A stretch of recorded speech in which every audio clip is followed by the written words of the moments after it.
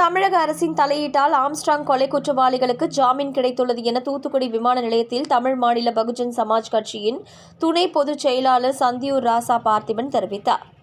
தமிழ் மாநில பகுஜன் சமாஜ் கட்சியின் பொதுச் செயலாளர் பொற்கொடி தென்காசி மாவட்டத்தில் பல்வேறு நிகழ்ச்சிகளில் கலந்து கொள்வதற்காக சென்னையிலிருந்து விமானம் மூலம் தூத்துக்குடி வாகைக்குளம் விமான நிலையம் வருகை தந்தார்.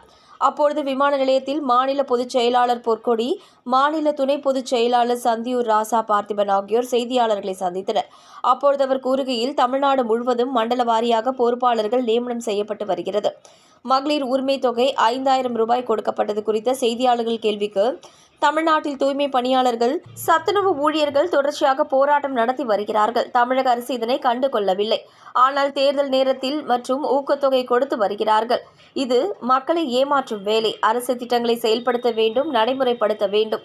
தூய்மை பணியாளர்கள், சத்துணவு ஊழியர்கள், அரசு ஊழியர்கள் போராடி கொண்டு வருகிறார்கள். அதனை கண்டுகொள்ளாமல் தேர்தல் நேரத்தில் உரிமை தொகை வழங்குவது தேர்தல் நேரத்தில் செய்த அரசுடைய வேலை.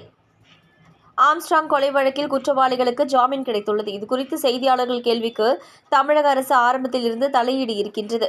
சிபிஐ உயர்நீதிமன்றத்தில் உத்தரவு கொடுத்தும் 5 முறை தலையிட்டு தமிழக அரசு உச்சநீதிமன்றத்தில் தடை வாங்குகிறார்கள். இந்த தடை வாங்குவதால் ஒவ்வொரு நபர்களும் வெளியே போய்க் கொண்டிருக்கிறார்கள். நீதிமன்றத்தில் முறையிட்டு இருக்கின்றோம். வெளியே சென்ற குற்றவாளிகளின் ஜாமீன் ரத்து செய்ய வேண்டும் என்று வழக்கு தாக்கல் செய்து நிலுவையில் இருக்கிறது.